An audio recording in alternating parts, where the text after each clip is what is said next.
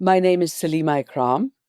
I am a professor of Egyptology at the American University in Cairo, and today I am going to talk to you a little bit about Tutankhamun's food and drink, and in fact, food and drink in ancient Egypt in general.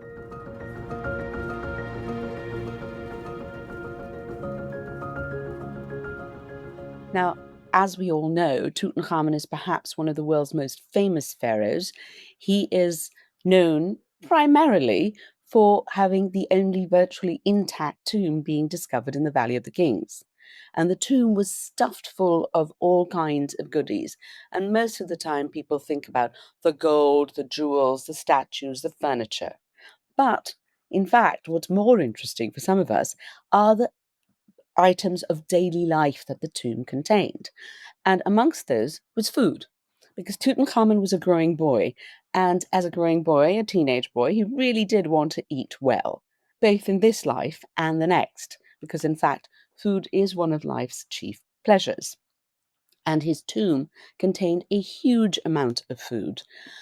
Primary amongst those are these wonderful boxes that are little coffinettes in the shapes of what they contain. And what they contained was the meat and poultry that the king could snack on. And it was all prepared, sort of all cut and salted and cooked and seasoned, ready for eating. So it's a bit like when you go to Sainsbury's or Tesco's or wherever, and you can get your roast chicken and you can just take it and eat it directly.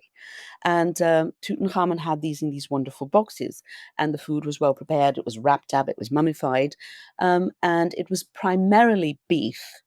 In terms of the meats, because that was the higher status food. And then the other thing would have been poultry. So he had ducks and geese and pigeons. There were no chickens in ancient Egypt. And what is quite cool is that we have some of these boxes of food that start being given to royalty of very, very high elite in about 1550, 1600 BC, and it continues to about 1200, shall we say. But the boxes are white on the outside, and the inside they're covered with this black substance, which the technical term for us Egyptologists is black goo, because until you test it with GCMS, we don't know what it is. So it's probably better to call it that rather than bitumen or pitch, as has been named in the past. And so when we analyzed this black goo from some of these boxes, we found it was an extraordinary mixture of terebinth resin, oils, and a little bit of wax. And great, this is what you use for mummies. It's good for preservation. It keeps away insects and bacteria, but it is also a flavoring. And even today in the Middle East, you use resin for flavoring. And so it's quite nice to see how this recipe has continued for thousands of years until today. So it was not just a practical sort of thing, but it was also something that was given for flavoring and for recipes from antiquity. Now, for the ancient Egyptians, the best meat was beef. That was the highest kind of tier. Of course, they ate sheep and goat, but you don't get this in Tutankhamun's tomb because it's not high enough status, or maybe he didn't like it as much. The Egyptians also ate fish as well as pigs, but again, those don't appear in the tomb, primarily because they're easy to get, lower class food, and again, maybe it's a matter of choice. Now, his tomb did contain lots of archery equipment, and we have images of the king hunting wild animals. And we know that the kings, as well as the gods in particular, enjoyed their hunted food. So they have gazelle, hartebeest, oryx, um, ibex, Barbary sheep, things like that. And you see that Tutankhamun is hunting them, and we even have his bows and arrows as well as images of this. But we don't have any actual meats like that. But the idea is perhaps that in the afterlife, should he wish to go hunting, he can.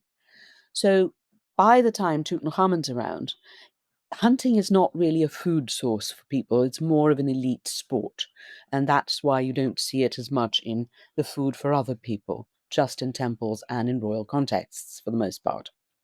Now, in addition to the bows and arrows, you also have something that is basically a matchbox. So it's a fire starter, piece of wood, holes in it, and something to cause friction and ignite. So he was like a good Boy Scout. He was prepared for every eventuality in the afterlife. Now, his food would have been flavored with different herbs and spices, and these were also found in the tomb and have been identified. So we have coriander, nigella, thyme, fenugreek, which also you can drink if you boil it up, and it's a medicine as well as a flavoring. Of course, garlic and onions. And onions, of course, were supposed to be, one of the mainstay of Egyptian diet, whether you were a king or a commoner, together with beer. In fact, they said that the pyramids were built on the strength of bread, beer, and onions. And Tutankhamun's tomb contained the onions, but it didn't contain any beer, which is quite curious because that was sort of the drink of everyone. But maybe he just didn't like it. We do have barley and emmer wheat. We have this gorgeous model granary which contained this, and people think that, oh, ancient Egyptian grains can still sprout, but believe me, we have tried it, and they, like any seed, has a sell-by date. We have a little grinding stone for Tutankhamun, which I don't think he really thought he was going to do this kind of manual labor in the afterlife, but it was a just in case. But it would have been used to produce the flour that made the cakes and the breads that we find in his tomb. And he didn't just have wheat flour kind of cakes and breads, but he also had some that were made out of nabk berries flavored with dates and honey. So some were very sweet. Now, as I mentioned, he didn't drink beer, or at least there was no beer in his tomb, but he did like his wine. So we have a lot of wine jars. We even have grapes, or rather raisins by now. And the wine jars are wonderful because they're labeled with, where they come from, the vintner, the year, but they also have a quality mark. So some is good wine, some is very good wine, some is very, very, very good wine, and some is wine to get you drunk. Or rather, they said it nicely, to make you merry. That's probably why Tutankhamun also had little sieves. They're special wine sieves, because, of course, there's a lot of stuff still floating around in the wine. And so this was to make sure that his wine, even the one to make him merry, was nicely sieved and went down smoothly. What's quite interesting is also that we know from tests carried out that there was red wine as well as white wine. And what's cool is the red wine was placed on one side of the burial chamber and the white on the other. And this is because the king, when he's identified with the sun god, so he rises in the east with the sun, and this is where you have the white wine, which is the white morning sun. The red wine is the sun at sunset. So this is the whole cycle of rebirth and resurrection that you see encapsulated by the wines. He, of course, had fruits that could be eaten or used as flavoring or turned into drinks, such as dates and dom palm. While the tomb did not contain pomegranates, there were examples of silver ones, so clearly that was in there. And we have nabk berries, almonds, which would have been introduced into Egypt with sort of stone fruits in about 1500 BC, if not before. Juniper berries, sycamore figs, and basically something that is Gruyere tenax, but otherwise known as falsa when it's at home. We have persea nuts as well as watermelon.